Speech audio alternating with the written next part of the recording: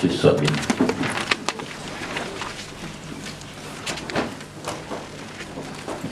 Je veux parler de la souveraineté de Dieu. Et puis ça va nous glisser dans la continuité de l'enseignement au sujet de la consécration.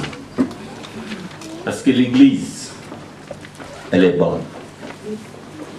L'Église, elle est bonne pour la simple raison, elle appartient à Dieu. Suivez, je vous en prie. Je sais que tous nous accusons une grosse fatigue pour ce marathon de nuit, de veillées que nous avons eu ici. Nous allons respecter l'heure pour que nous allions nous reposer à nos maisons pour être en forme pour tous ceux qui vont vaquer aux activités de la semaine. Mais je voudrais remercier d'abord l'Église et particulièrement, oui, ceux qui savent compatir avec ceux qui sont dans l'affliction. Parce que ce n'est pas tout le monde qui était là et c'est regrettable. Ne soyons pas trop européens que l'européen. On est en Europe, on a étudié ça, on sait ce que c'est. Mais soyons au moins ne serait-ce qu'humanisme. Ne serait-ce qu'humanisme. Et de sur quoi nous sommes des chrétiens. Un deuil nous est parvenu dans le corps de Christ. Et encore dans cette maison. Donc c'était l'affaire de tous. Et j'étais quand même étonné de voir quelques personnes n'y étaient pas du tout. Que le Seigneur vous enseigne. Amen. Donc je tiens à remercier l'Église pour le soutien de la présence permanente, le soutien aussi dans les finances, parce que l'enveloppe doit suivre, enveloppe que nous remettrons avec la délégation, les responsables, les diacres, à Papa Le Zolo, directement. Le soutien des enfants, les jeunes, qui ont tenu pendant une semaine à animer, et ça a été témoigné pendant les réunions que nous avons eues ici. C'est merveilleux de vivre ça. L'amour ne consiste pas en paroles, mais l'amour doit se concrétiser. Il faut les actes qui parlent de l'amour. Dieu a tant aimé, mais il a prouvé qu'il nous aimait en donnant son Fils Jésus. Et tous ceux qui ont travaillé dans différents départements, je pense aux jeunes qui font la régulation des véhicules en bas, ceux qui font le protocole, l'accueil, c'est bien. C'est comme ça que nous devons vivre, pour la gloire du Seigneur. Et Dieu vous le rendra, sinon que nous le rendra. Merci. La souveraineté de Dieu. Je vais parler de la souveraineté de Dieu et je glisserai dans la consécration. Parce que la consécration fait partie aussi de la souveraineté de Dieu. Merci si je peux avoir une bouteille d'eau. La souveraineté de Dieu. C'est un bon message. Après que nous venions, que nous soyons affligés, nous soyons touchés de cœur par cet effroyable événement qui est la mort. Quel raisonnement devons-nous avoir? Alléluia. Quel raisonnement? Quelle attitude? L'attitude, c'est qu'on ne doit pas abandonner Dieu. Dieu n'est pas un meurtrier. Alléluia. Dieu est souverain. On ne doit pas rejeter Dieu. On ne doit pas imputer tort à Dieu. Il est Dieu. Il est souverain parce qu'il fait ce qu'il veut. Sans le concours de camp. Il est souverain parce qu'il est au-dessus de tout. La souveraineté de Dieu le place au-dessus de toute autorité. La souveraineté de Dieu le place au rang le plus élevé devant tout pouvoir dans les cieux, sur la terre, sous terre. Il est inégalable, il est incomparable, l'éternel Dieu est illimité à cause de sa souveraineté. Vous voyez, quand une nation veut défendre sa souveraineté, ils mettent dans leur budget, chaque nation, dans son budget, ils mettent plus d'argent sur la défense. Plus. L'histoire de défense seulement la souveraineté. Chaque nation met beaucoup d'argent pour défendre la souveraineté nationale, le territoire sinon. Notre Dieu est souverain. Il est celui qui est au-dessus de tout pouvoir, de toute autorité. Il est au-dessus de toute puissance. Notre Dieu est souverain. Amen, non? Amen. Il dit et il fait. Il décide et il accomplit. Il agit et personne ne peut interférer sur ce que Dieu fait. Parce qu'il est souverain, il accorde le Saint-Esprit même aux païens. Ça va vous choquer, mais même aux païens. Parce que Dieu peut parler. Dieu est esprit. Et quand son esprit vient dans le païen parler. Ça s'est passé dans l'Ancien Testament, dans les Actes des Apôtres. Et ça se passe aussi aujourd'hui. Ce n'est qu'à la souveraineté. Nous pouvons faire un débat là-dessus. Comment Dieu peut permettre que son Esprit Saint puisse saisir, parler à un païen? Ben oui, parce que le païen appartient à Dieu. Et dans sa souveraineté, il peut saisir. Je vais encore loin avec vous. Dans sa souveraineté, il a permis un jour qu'un animal parle la voix d'un homme. Vous vous rendez compte?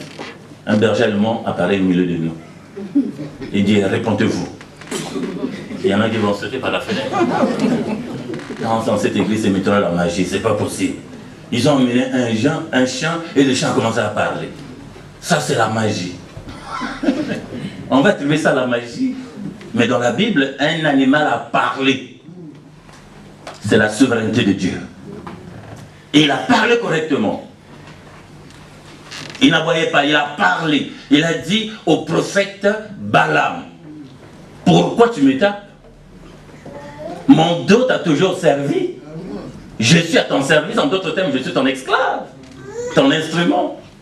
Tout le temps, quand tu as voulu que j'aille à droite, à gauche, je suis parti. Mais là, tu es en train de me coincer. Tu ne vois pas devant qu'il y a un ange. Le prophète n'a pas vu l'ange. C'est le type de prophète qui ne voit que les démons aujourd'hui. Qui ne prophétise que les choses démoniales. Qui ne voit que les choses dans l'enfer. J'ai vu dans l'enfer. L'enfer est fermé. Comment ils vont voir dans l'enfer?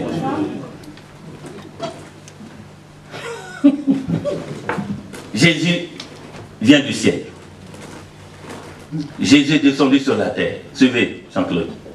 Jésus est parti dans le séjour des morts. Jésus est remonté sur la terre des vivants. Et il est reparti au ciel. Il n'a jamais mis un pied dans l'enfer. Parce que c'est encore fermé. Et il dit, ce que vous m'avez vu faire, là où je suis, là où vous serez.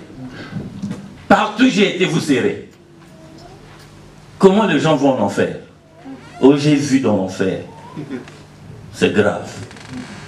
La Bible me montre que c'est fermé. Les portes de l'enfer s'ouvriront après l'arrestation du diable. Après l'arrestation. Libéré, 1000 ans après. Quelque temps après, l'enfer s'ouvrira. Là n'est pas le sujet.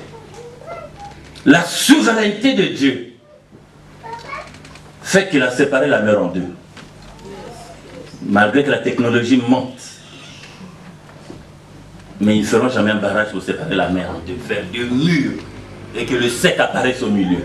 Ça relève de la souveraineté de Dieu. La souveraineté de Dieu, dans le désert, il fait sortir l'eau. Ah, c'est grave. Et c'est merveilleux. La souveraineté de Dieu. C'est dans la souveraineté de Dieu que la femme doit prêcher l'évangile. Ceux qui veulent cantonner Dieu dans une maison, on va le lire. 1 Samuel, chapitre 5. Maman Brigitte, merci. J'ai très bien habillé en plus. Ça c'est bien ça. Madame Kololo, je connais son mari, de temps en temps nous visite ici. Ma soeur est une future prédicatrice de l'évangile. Elle va colère et nous pouvons l'encourager par les acclamations. 1 Samuel, chapitre 5, verset 1. jusqu'à 5. Ceux qui ont leur Bible, fouillent. 1 Samuel au chapitre 5, du verset 1 au verset 5. Verset 1. Les Philistins prirent l'arche de Dieu et ils la transportèrent d'Ebenezer à Asdod. Après s'être emparés de l'arche de Dieu, les Philistins la firent entrer dans la maison de Dagon et la placèrent à côté de Dagon. Le lendemain, les Asdodiens, qui s'étaient levés de bon matin, trouvèrent Dagon étendu la face contre terre, devant l'arche de l'Éternel. Ils prirent Dagon et le remirent à sa place. Le lendemain encore, s'étant levés de bon matin, ils trouvèrent Dagon étendu la face contre terre, devant l'arche de l'Éternel. La tête de Dagon et ses 2 mains étaient abattues sur le seuil, et il ne lui restait que le tronc. C'est pourquoi, jusqu'à ce jour, les prêtres de Dagon et tous ceux qui entrent dans la maison de Dagon, à Asdod, ne marchent point sur le seuil. Parole du Seigneur. Merci, nous acclamons la parole du Seigneur. Merci. Merci, maman. Dans ce cas d'espèce que nous venons de lire, les Philistins ont voulu cantonner Dieu dans leur maison. Les Philistins qui ont parti avec compris que Dieu agissait au milieu du peuple d'Israël à cause de la présence de l'arche. Parce que cette arche symbolisait la présence de Dieu. Ils sont partis voler l'arche de l'Alliance. Une caisse qui contenait les 2 tables de pierre refaites par Moïse, je précise. Les premières ont été détruites. Le bâton d'Aaron qui avait fleuri lors de la contestation pour prouver qu'il avait quelque chose de la part de Dieu. Et la manne, symbole de Christ, pain, la manne, pain qui avait apparu au fait dans le désert. Et Dieu avait ordonné que ces éléments soient dans l'arche de l'Alliance. Aussi longtemps que cette caisse-là, quand on parle de l'arche de l'Alliance, quand les gens sont un peu perdus, donc ce caisson, avec ces éléments recommandés par Dieu, était au milieu du peuple. Dieu manifestait sa présence. Dieu était avec eux. Et donc les Philistins, après avoir fait étude comment vaincre les Israélites, ont envoyé des spécialistes de vol. Il y a des spécialistes de vol même dans l'armée. Oui, oui, même dans l'armée. Ont pris la caisse, ont amené ça dans le temple de leur petit dieu, Dagon, dieu de la fertilité, dieu de la production. Dagon était l'objet de Dieu, l'objet d'adoration pour les Philistins, pardon. Ils se prosternaient. Ils ont pris le caisson, ils l'ont mis dedans, ils ont fermé, ils ont mis une ceinture de sécurité, des gardes rapprochés, pour que ceux-là, les Hébreux, ne viennent plus de nouveau reprendre la caisse. Or, face à la souveraineté de Dieu, on ne peut pas contenir Dieu. On ne peut pas mettre Dieu dans la poche. On ne peut pas mettre Dieu dans un local et le bloquer et le télécommander. Il est souverain, il est immensement grand, il est puissamment puissant. Il dit même que les cieux des cieux, vous voyez comment, quand regardons la carte géographique, lorsqu'on nous montre le globe, mais c'est si grand, c'est si immense. Et Dieu dit, tout ce que vous voyez là ne peut pas me contenir. Non, nous avons tort de ne pas croire en Dieu. Nous faisons erreur de ne pas faire confiance à Dieu. Il est l'absolu. Il est au-dessus de toutes choses. Dieu est souverain. Les Philistins sont surpris de voir que malgré les mesures qu'ils ont prises de protection, le lendemain, quand ils viennent ouvrir, c'est leur Dieu. Au départ, Dieu est gentil. L'arche est là. Ils l'ont mis à côté de la statue, Dagon. Quand au lendemain ils viennent, ouvrent la porte, ils constatent que Dagon, la statue qui était côte à côte, Dieu est inégalable, c'est ça. On ne peut pas égaler Dieu, on ne peut pas comparer Dieu à des petits dieux faits par des hommes. Ils l'ont mis côte à côte, parce que pour eux, ils deviennent pareils. Dieu montre la différence. Je suis souverain. Dagon en face de Dieu, et Dagon s'incline. Se prosterne. Tes ennemis ne se prosterneront pas devant toi, mais devant ton Dieu. Devant ton Dieu. Dagon se prosterne, c'est-à-dire le front, même le sol. Quelle honte! Les gens disent, n'en parlons à personne. Ça reste un secret d'État. Relevons un Dieu qu'on relève par les hommes. Personne ne peut aider Dieu. Nous ne sommes que les instruments par lesquels Dieu accomplit ses desseins. Mais nous n'avons pas le pouvoir d'aider Dieu. Mais leur Dieu est aidé. Il est relevé, replacé encore sur la même position. Dieu dit, bon, vitesse supérieure. Ils sont encore fermés. Le lendemain du lendemain, ils viennent et ouvrent. Dagon a des problèmes. La tête à côté. À plus de 6000 coudées. Le tronc, l'autre côté. La partie inférieure de l'autre côté, en 3. Il ramasse les pièces pour colmater de nouveau. Quel est ce Dieu? Quel est ce Dieu? Alors que Dieu est en train de montrer et aux Philistins et au peuple qui apprendront cela, son peuple, en particulier les Hébreux, que je suis souverain. Notre Dieu est souverain. Devant l'autorité de l'ennemi, notre Dieu est souverain. Devant la maladie, notre Dieu est souverain. Devant les combats, les liens, notre Dieu est souverain. Notre Dieu est souverain. Ça doit nous mettre en confiance que celui en qui nous croyons, Jésus de Nazareth, est souverain. Preuve de sa souveraineté, il est parti dans le séjour de mort, il en est sorti victorieux. Jésus est souverain. Puissance au-dessus de toutes les puissances qui se présentent dans ce monde. Pouvoir, autorité et position suprême. Réaction spontanée de la part de Dieu qui marque la différence des hommes. Notre Dieu étant souverain, veut que la femme soit à son service comme un homme soit à son service. Donc dire aujourd'hui que la femme ne doit pas prêcher, c'est que nous voulons contenir Dieu dans une idéologie de Paul, paulinienne comme on dit. On ne sait même pas pourquoi Paul a parlé de ça. Moi j'ai un problème, c'est avec Paul. Alléluia.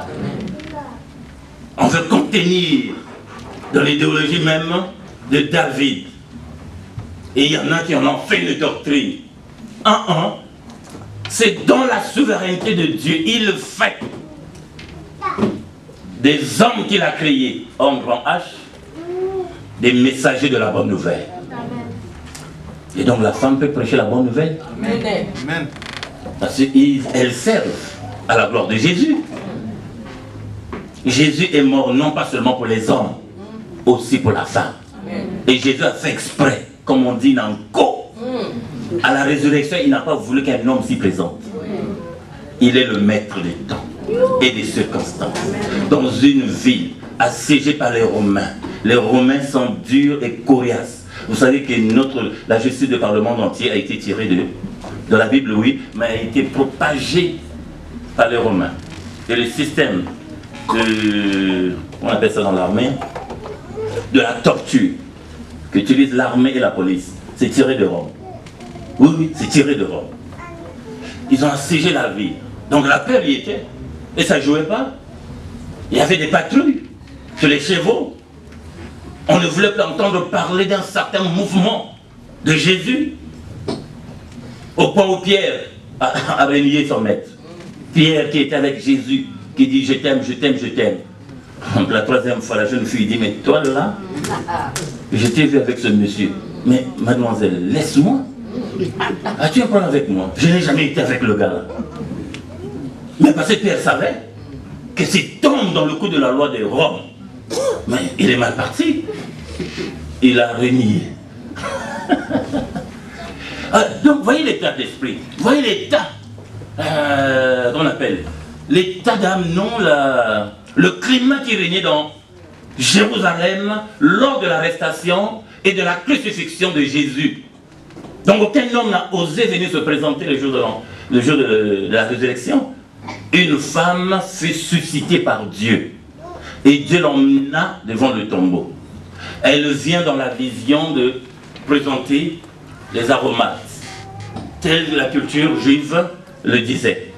Jésus a apparu à cette femme pour dire, il n'est plus là-dedans.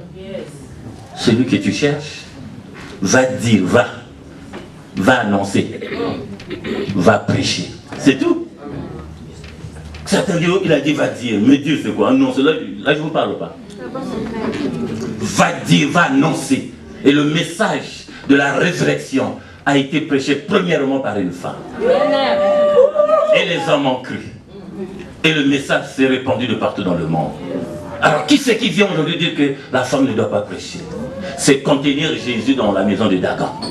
Oh, c'est impossible. On ne peut pas contenir Dieu. C'est pour cela, n'ayez pas de fétiches à porter sur vous. C'est comme si vous prenez votre Dieu, vous le mettez dans la poche. Oui. Dans l'évangile de Jésus que nous prêchons, que nous croyons, nous ne mettons plus de quoi pour quoi. Parce qu'à la croix, nous le portons dans le cœur, dans la pensée, dans l'esprit. Nous souffrons pour Christ. Alléluia. Notre Dieu étant souverain, c'est dans sa souveraineté, gloire à Dieu, qu'il veut et qu'il a permis, qu'il a dit par Joël et tant d'autres, le temps viendra où les jeunes doivent prophétiser. Vous arrivez dans une église, beaucoup de grandes personnes comme chez nous, si l'on ne veut pas respecter le principe de la parole, on dirait que les jeunes ne doivent pas travailler. C'est d'abord les grandes personnes. Non. La souveraineté de Dieu veut que les jeunes aussi travaillent. C'est pour ça que nous avons un culte de la jeunesse. Et nous sommes en train de propulser la jeunesse. Mais une jeunesse qui serve dans les normes de la parole. Avec un bon témoignage. C'est dans la souveraineté de Dieu qu'il y a dans la Bible, et se fait jusqu'aujourd'hui, waouh, la consécration.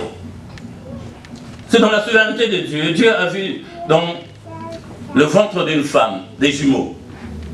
Et Dieu a porté un choix sur une personne. C'est Jacob. C'est sa souveraineté. Parce que ça ne dépendait qu'à la maman, c'était normalement le fils aîné dans la famille. Mais la souveraineté de Dieu fait la différence. Alors, à cause de la souveraineté de Dieu, faisons confiance à Dieu. À cause de sa souveraineté, ne nous inquiétons de rien. À cause de sa souveraineté, appuyons-nous sur Dieu. Ce que les hommes ne peuvent pas faire, ce que le système de ce monde ne peut pas faire, Dieu est capable de le faire. Il est souverain. Non, André, ça ne passe pas. À cause de sa position, de sa suprématie, de son autorité absolue, avant, nous, enfants de Dieu, faisons confiance au Seigneur.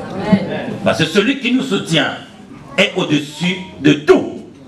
Lorsque le monde peut s'écrouler comme ont chanté les enfants, lorsque le monde peut s'ébranler, nous regardons au Seigneur, il est souverain pour trouver une solution qui soit adéquate pour nous.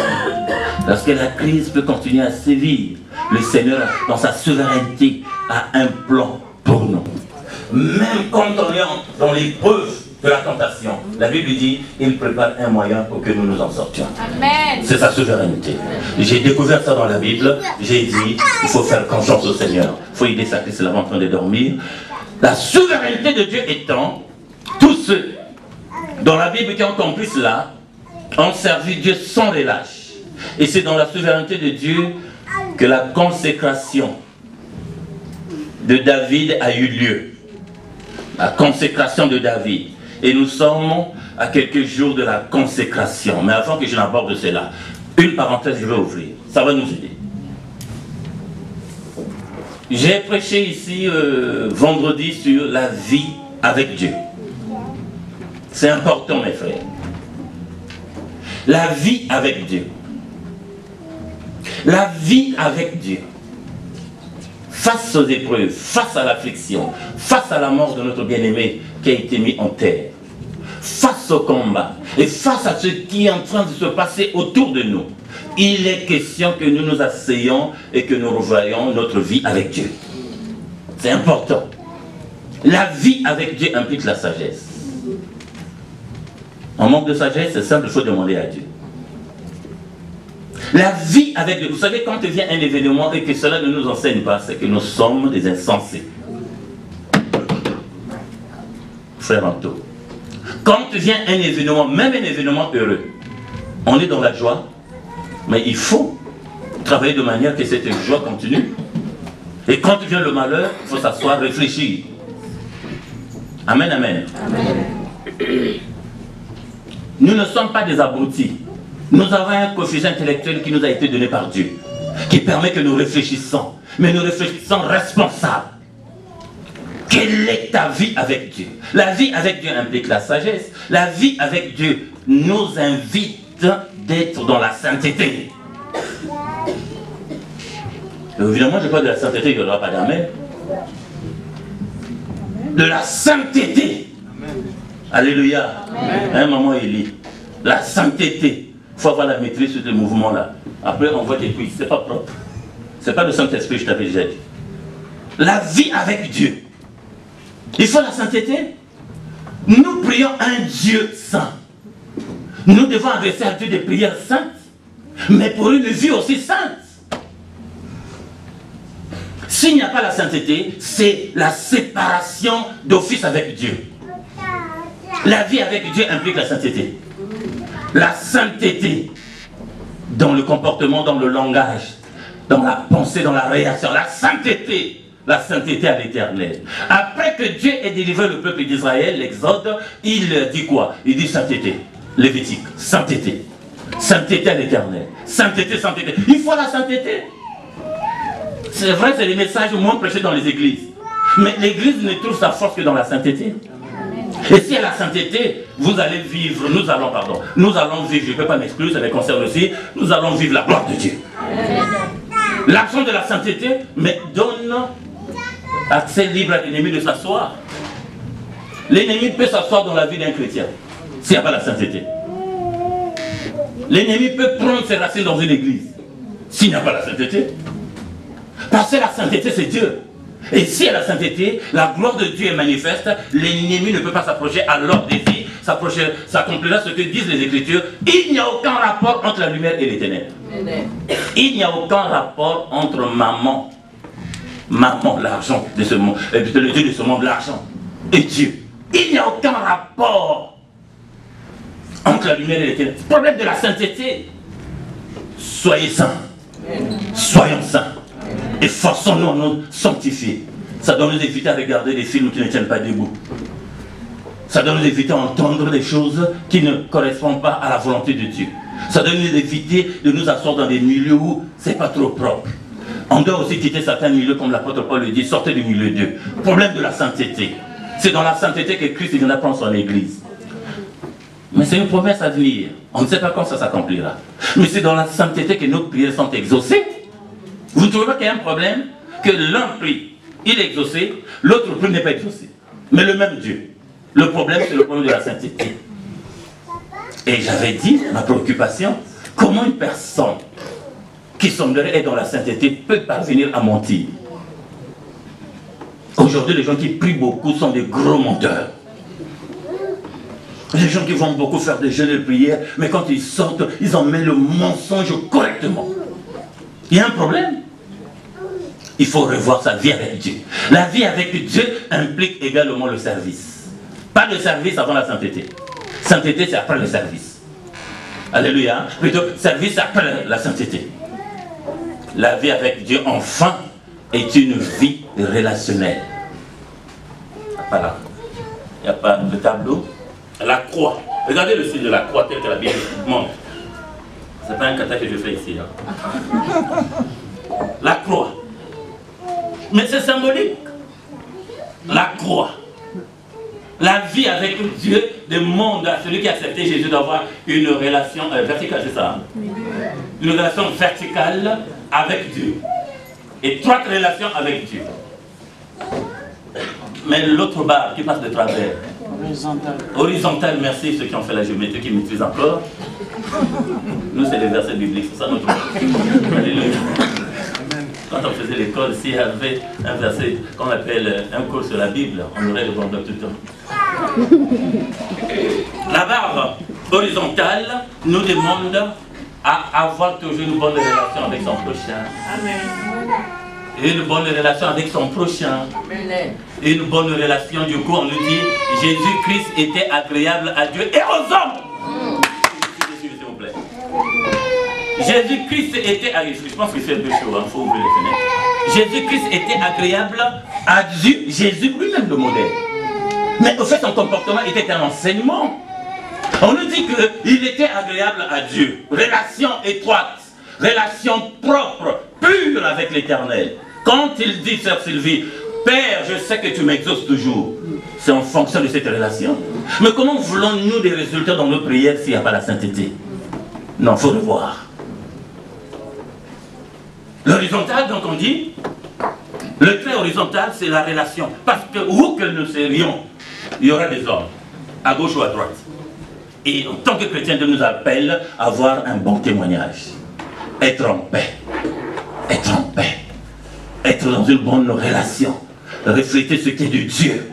C'est ça la croix, en fait. C'est ça la croix. Amen. Amen. La vie avec Dieu. Donc ce sont ces 4 points que moi j'estime corrects au regard de la parole. L'expression que je saurais utiliser au carré de l'évangile. Vivre au carré de la parole de Dieu. C'est par rapport à ça. Ce qui fera de nous des chrétiens raisonnables, agréables à Dieu, c'est que nous veillons à notre relation avec Dieu. Nous travaillons de manière sage et nous demandons la sagesse à Dieu. Nous nous efforçons, comme le dirait Jésus à la croix, efforcez-vous. Ce n'est pas tant évident sur la terre des vivants avec tout ce qu'il y a. Mais il a bien dit, efforcez-vous de maintenir la vie dans la sainteté. Le diable sait que les enfants de Dieu connaissent les 10 commandements. Parce que lui aussi connaît la parole. Mais le diable sait que les enfants de Dieu aiment aller à l'église. Mais le diable sait que les enfants de Dieu aiment la prière. Mais il a des plans si subtils qu'il emmène au milieu du peuple pour qu'il ait des dérapages. Pour ce faire, il nous faut la sagesse qui permettra à ce que nous puissions discerner. La sainteté. Sainteté à l'Éternel. Un Dieu saint, dit Lévitique, pour un peuple. Un Dieu saint pour un peuple saint. Bon, mettons Dieu à l'épreuve. Mets-toi dans une condition de sainteté pendant 1 mois, 2 mois, 3 mois. Fais des prières, tu verras la différence. Tu verras la différence. Puis Dieu dit, mettez-moi de sorte à l'épreuve. Donc, essaie de dire que je veux mettre l'ordre dans ma vie. Pas de relations qui sont ambiguës. Pas de paroles malsaines. Pas de pensées impures. Pas des œuvres de ténèbres, etc. C'est ainsi que quand on veut faire une bonne prière de retraite, comme ça appelé retraite, on se retire du monde au fait, c'est pour éviter tout ce que nous miroite aussi le monde. Tout ce qui peut se présenter, ou qu'on peut écouter, qu'on peut voir. On se retire un peu. Et vous verrez qu'en cette période-là, Dieu nous exauce. C'est comme si Dieu était loin. Non, il n'est pas loin. Ce sont les dispositions que nous avons prises qui permettront que nous soyons dans la présence du Seigneur. Et j'avais dit une fois, les catholiques ont glissé beaucoup de choses dans nos églises. Et nous, sentinelles, on doit enlever cela. Par exemple, le fait de tenir le culte des jours appropriés, sinon que les dimanches. Non. Notre Dieu, c'est le Dieu de tous les jours. Amen. La première église priait tous les jours. Voyez-vous? Donc on nous a mis dans une vision. Bon, dimanche, tout le monde s'empresse de venir. C'est pour ça que la semaine, on ne vient pas. On ne nous a pas dit que Dieu est le Dieu du dimanche. L'expression encore qu'ils ont glissé dans le christianisme, je vais chercher la face de Dieu. On ne va jamais chercher la face de Dieu. Tu vas aller chercher la face de Dieu où? Sur la montagne? Il n'est plus sur la montagne. Jésus a dit à la femme, l'heure est venue où les vrais adorateurs adoreront le Père en esprit et en vérité. Dire aller chercher la face comme s'il est quelque part. Or, l'alliance avec Jésus, dès lors que Christ est entré en nous, à cause de la croix, de la souffrance qu'il a endurée, la mort qu'il a acceptée, avec un fait immédiat qui a déchiré le voile de séparation. Jésus nous a introduits devant le Père. Amen. Avant, Franklin, avant, qu'est-ce qui se faisait?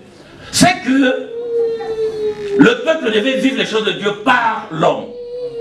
Que par l'homme.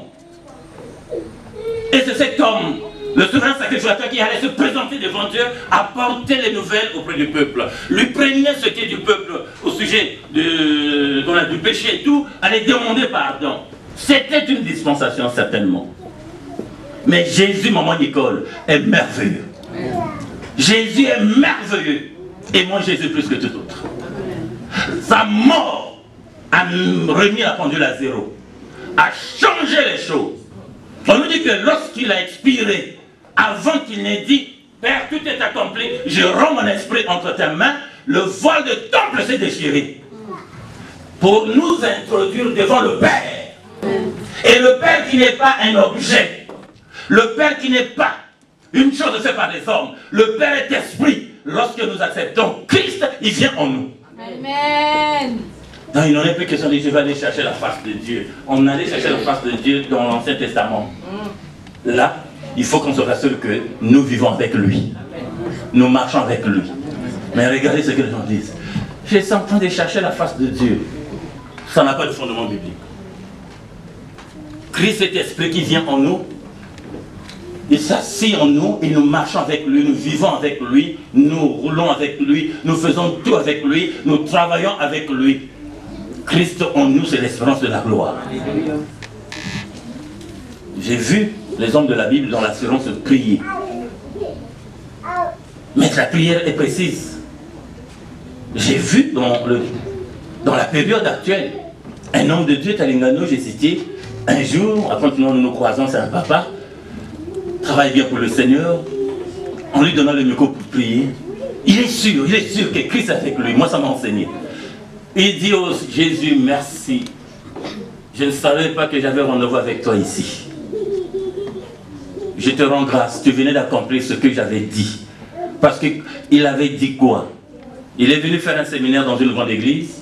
Et puis, par rapport au changement de climat, il quittait la France pour aller là-bas. Il faisait tellement chaud qu'il ne supportait pas. Premier jour, il a prêché. Deuxième jour, troisième jour, il n'en pouvait pas. La délégation va le chercher. Il dit, je ne peux pas, je suis en train de tousser et j'ai la fièvre, je ne peux pas. Il y avait une foule qui l'attendait. La délégation dit, papa, force-toi, mais comment nous allons faire? Un serviteur à ton rang, qui va le remplacer dans l'église? Il dit, mes enfants, je ne peux pas. Vous voyez comment je suis fait. Mais papa, mais je ne peux pas. Vous voulez que j'aille mourir devant l'estrade? Allez-y. Dieu vous enverra un serviteur. C'est tout ce qu'il a dit. Les gens sont déçus. Mais ils ont vu son état, il transpirait, il ne pouvait pas. Ils repartent tout abattu. Ils viennent dire au pasteur Beletoko, le vieux ne peut pas venir. Ah non! Comment nous avons fait? Maintenant, qui va prêcher à sa place? Il a levé la barre très haut. Lui, il avait dit ceci, allez, Dieu vous enverra un serviteur.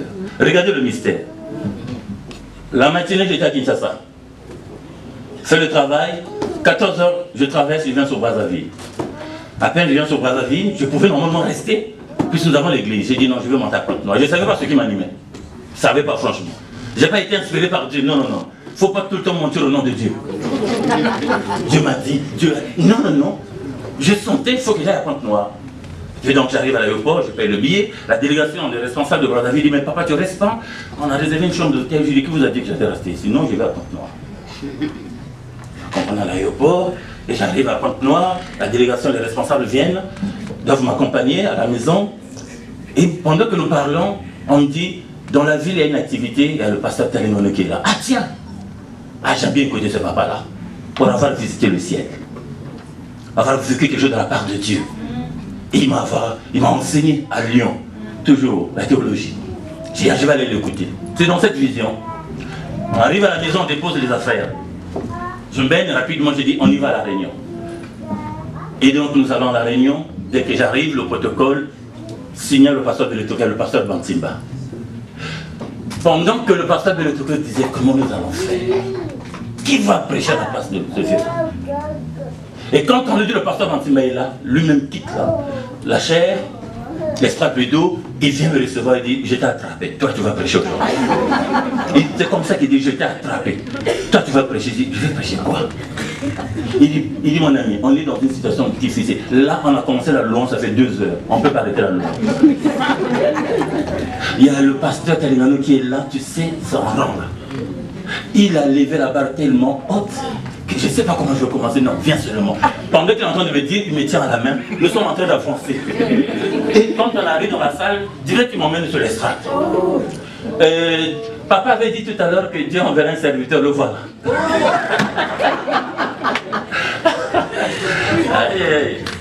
Nous sommes partis chercher papa, voilà les excuses, vraiment il est malade, mais il nous a dit, allez-y, Dieu vous enverra un serviteur. Eh bien, voici ce serviteur. Donc j'étais là, j'ai dit, mon Dieu, qu'est-ce que je vais raconter ici? Aïe, aïe, full, j'ai dit au groupe, continuez à chanter, je me suis incliné devant le Seigneur. J'ai dit, Seigneur, fais-moi parler. Moi, je n'ai pas prévu ça, mais fais-moi parler. Amen. Dieu a mis la parole. Je vous assure, le ciel, mes témoins, j'enseignais comme si j'étais là les 2 jours. J'ai fait d'abord un briefing. J'ai fait la continuité comme si c'est lui qui parlait. Pendant 45 minutes, j'ai vu une église debout. Les gens ne comprenaient pas. Les gens criaient « Oh, oh, oh, mais oh, oh ». Parce que j'ai témoigné que je viens de Kinshasa, j'ai traversé, je viens de prendre le vol. À peine arrivé à la maison, on m'a annoncé que le Dieu était là. Par respect, il faut que j'aille écouter.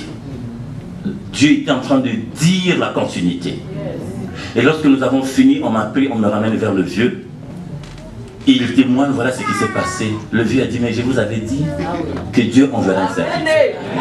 C'est là où il a dit, Seigneur, je ne savais pas que j'avais un rendez-vous avec toi ici. Cette assurance l'approche.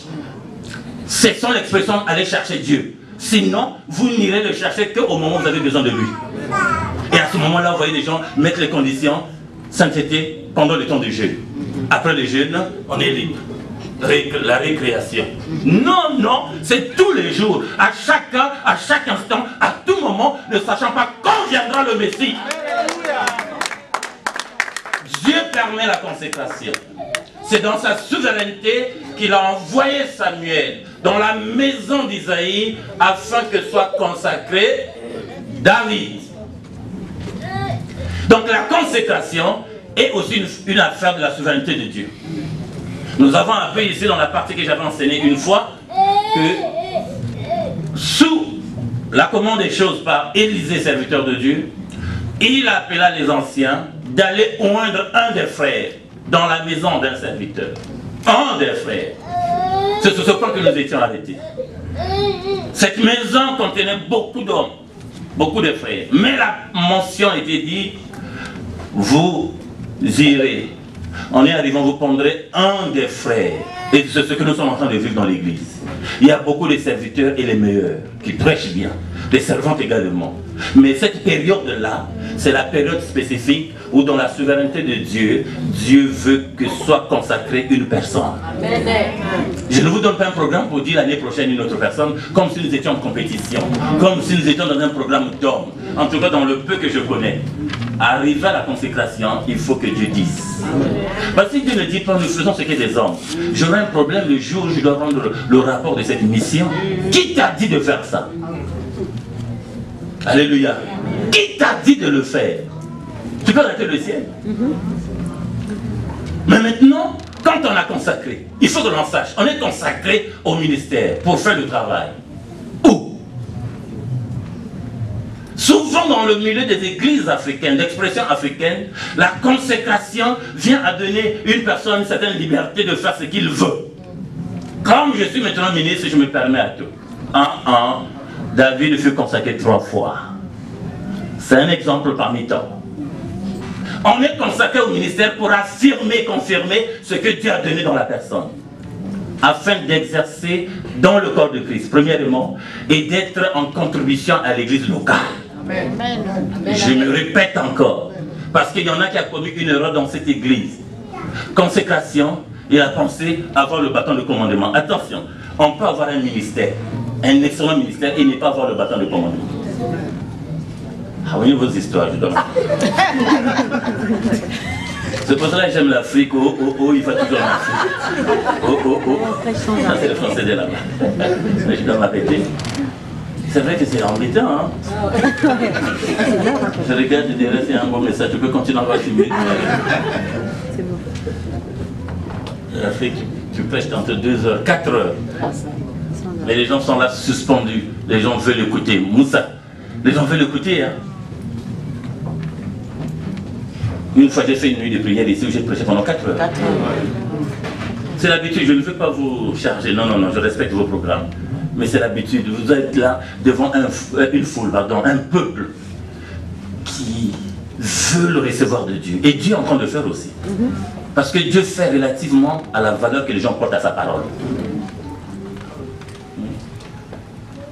Des gens sont guéris. Une sœur, mon Clémence, une sœur avec une poitrine pourrie. Cette partie. Vous ne pouvez pas vous asseoir à côté de cette sœur. Elle est entrée à l'hôpital. Elle travaillait à la société des téléphones, la CELTEL. Elle avait les moyens. Elle a fait des soins. Ça ne marchait pas. L'argent fini. Parce que chez nous, il n'y a pas la sécurité sociale. Hein. Chez nous, il faut avoir l'argent. Le médecin copie, il t'ausculte. Il demande au secrétaire s'il la paye. Quand vous arrivez à l'urgence là, même si c'est un accident, tu baignes dans le sang. Il faut qu'il y ait un membre de la famille qui doit donner sa pièce d'identité. Parce que la facture après qui va payer. Je me suis retrouvé dans les urgences pour les cas où tu arrives, quelqu'un en train de brûler dans le sang. Tu dis, mais attendez, j'ai dit à un médecin, je s'appelle ça un médecin, mais il était en blanc, mais faites quelque chose. Il dit, mais toi tu n'habites pas ici. Même le médecin qui prête serment, le serment d'Hippocrate. Je dis, mais faites quelque chose quand même. Parce que je partais à l'urgence pour une soeur. Voilà. Mais faites quelque chose. Il dit, regarde, mais on dirait que toi tu n'habites pas ici. La sœur a tout dépensé, papa, on dit. Tout. Elle avait ses moyens. Mais la partie pourrissait du jour au jour. La partie pourrissait du jour au jour. Regardez l'envie de la parole. Elle est sortie de l'hôpital, n'ayant plus les moyens. Elle doit se débrouiller. Elle vient loger juste aux côtés de l'église, dans chez une voisine. Elle entend qu'il y a l'église là-bas, et elle vient. On la porte, on la tient, on la soutient, et elle vient s'asseoir. L'église dans l'adoration, et pof, le message, attentif au message. Dieu guérit, je vous assure. Elle est dans la foule, je ne peux pas savoir ce que je venais d'arriver. Pendant que je prêche, je me dis qu'il y a une soeur qui est assise sur un feu. Elle est faite dans une marmite et ça bouillonne. C'est l'image d'un combat de la mort. Dieu me dit qu'il va te guérir. Lève-toi là où tu es. Elle avance en pleurant. Nous prions. Une plaie, ça sèche. Elle est vivante jusqu'à aujourd'hui. Quand elle n'avait pas la Brazzaville, d'où elle venait, les gens fouillaient. Parce que les gens pensaient qu'elle était morte réellement. C'est la maladie qu'elle avait, mais ça avait dit c'est fini, c'est fini. Quand elle va chez elle, les gens fouillent.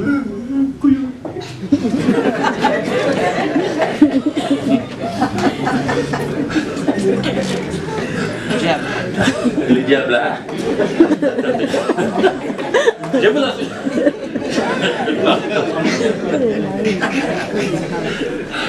Chez elle, quand elle descend de taxi, les gens fouillent. Certainement, ça va. Ça va être avec ce suffit des fois, ouais. Elle descend du taxi, je vous assure, les gens fuient. Ne pouvaient pas admettre que celle dont les médecins avaient dit, évidemment, toute cette partie, non, j'ai vu. Elle avait juste un pan qu'elle a couvert ici, et on devait prier. On a prié, mon Dieu est bon. Alléluia. Je ne sais pas comment ça s'est fait, parce que le miracle de Dieu ne s'explique pas. Ça s'est asséché. La sœur est rétablie, elle continue à travailler. Elle se dit, je dois aller voir mes parents. Mais quand elle arrive,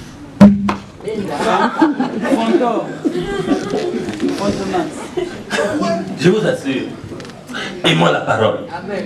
On va lire les deux versets, deux versets. On pourra même expliquer dans la semaine. Maman, Brigitte, Cololo. Voilà, 2 Samuel, chapitre 2, versets 1 à 4, et successivement le deuxième.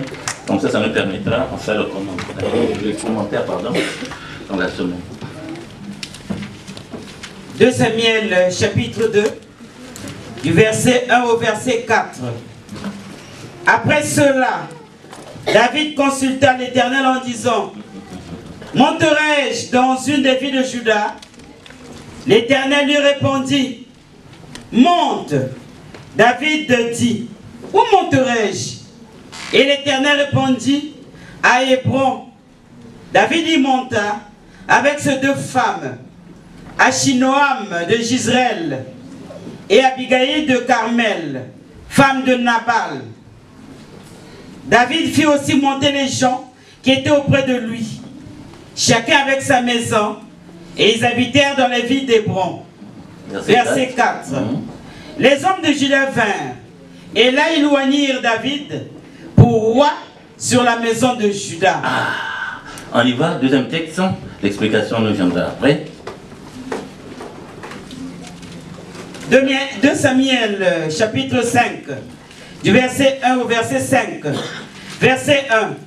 Toutes les tribus d'Israël vinrent auprès de David à Hébron et dirent: voici, nous sommes tes os et ta chair. Autrefois déjà, lorsque Saül était notre roi, c'était toi qui conduisais, qui ramenais Israël. L'Éternel t'a dit: tu paîtras mon peuple d'Israël, et tu seras le chef d'Israël. Ainsi tous les anciens d'Israël vinrent auprès du roi à Hébron, et le roi David fit alliance avec eux à Hébron, devant l'Éternel. Ils joignirent David pour roi sur Israël. David était âgé de 30 ans lorsqu'il devint roi. Il régna 40 ans. À Hébron, il régna sur Juda 7 ans et 6 mois. Et à Jérusalem, il régna 33 ans sur tout Israël et Juda. Parole du Seigneur. Nous rendons grâce à Dieu, nous acclamons le Seigneur.